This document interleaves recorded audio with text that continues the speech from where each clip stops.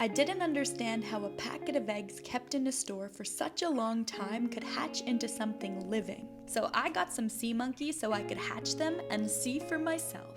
First, I filled the tank with water and added water purifier. Then I added a packet of eggs in, and the waiting game for them to hatch officially started. But here's the thing, the road to sea monkey success is actually quite difficult because after a few days of waiting, my sea monkeys didn't hatch. I was left with a jar of murky water and a broken dream. So I decided to add some more eggs into the water, and after just 4 days, I noticed that there were tiny little specks of white dots floating around in the water, and it looked like they may be swimming. Finally, there was a tiny underwater party of sea monkeys so cute and small swimming around. I was so excited to see that our first little shrimpies hatched, I even put them under my microscope and saw that after just 16 hours, the eggs began to crack open and the baby sea monkeys started to emerge. And after 24 hours, all the babies hatched and they began swimming for the very first time. But if you've ever had sea monkeys as a kid, then you were lied to.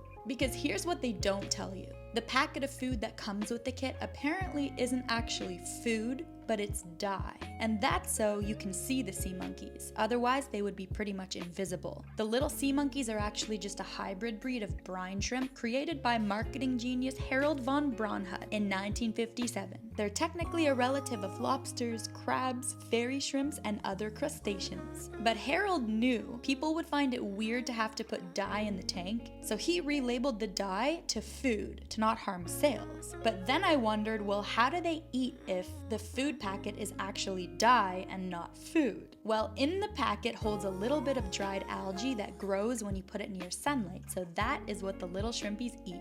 Some people even hatch these little ones and feed them to bigger fish like bettas. But anywho, so after the first 24 hours of the little sea monkeys hatching, they became very energetic. And it didn't take long for them to begin to evolve. On day 2, I saw some changes. They grew longer and began to form a tail, and soon day 4 rolled around. New leg growth started to be visible on the sides of their body, and after 1 week, the sea monkeys officially became teenagers. The females became larger and longer, and the males developed large clasping antennae on their heads, which are used to grab onto the female at around 3 weeks of age to initiate, you guessed it, mating. So sea monkeys are technically real time travelers, asleep in biological time capsules for their strange journey into the future. Scientists call this rare process cryptobiosis, which means hidden life, but sea monkeys can live for up to 5 years, and the little eggs can be stored for over 10 years in a dry place. To be honest, I didn't expect them to get so big, but something else happened that totally surprised me. I noticed that about a month later, some of our sea monkeys actually did start to develop an egg sac at the base of their stomachs, and I realized that my sea monkeys must be pregnant. Upon closer inspection, I was able to see the egg sac more defined, and it was so cool to see that each female seemed to hold around 30 to 40 little eggs in the sac.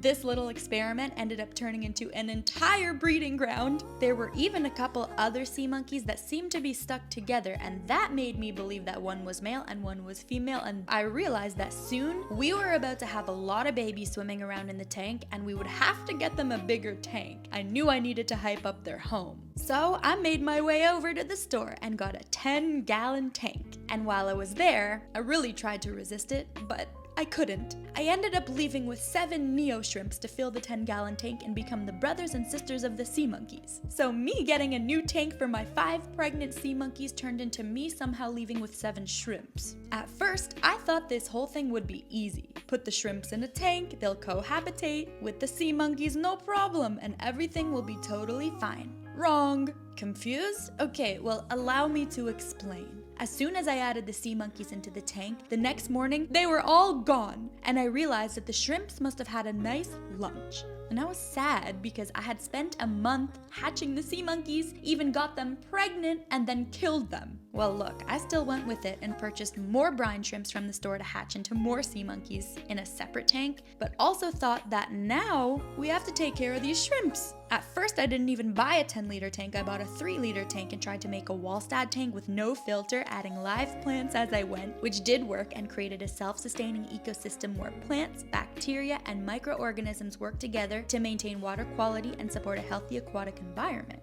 that thrived for a while until I felt bad for my shrimpies and realized they would need more space, which is where the 10-liter tank comes into play. I added a lot of live plants, 3D printed some shrimp cubes and tunnels, and after just a few weeks, I noticed all the shrimps were so happy. We had an abundance of them, but we had an abundance of snails and these weird little swimmers that I realized later were called amphipods. And they both came from the live plants that I bought. And they started to multiply since they procreate without needing another snail or amphipod, so I had to be careful because soon they could infiltrate the dealer and eat all of the shrimps. So as I watched to make sure they didn't overtake the tank, I then noticed something else. All of the shrimps started to get pregnant, and in order to get pregnant, shrimps must be really happy in their condition since they do need a male to mate. And look, I started to document the process of the pregnant shrimps, and soon we had what seemed to be like thousands of baby shrimps swimming and fluttering around the entire 10-liter tank. It was really exciting to see such a crazy ecosystem happening before my very eyes. It was exciting because I only ever had Raffi as a pet and a goldfish that I had for 3 years that I named Rupa Burbert as a child. So this whole thing got me from being a sea monkey mother to a mother of many shrimps and snails and amphipods, and I was excited.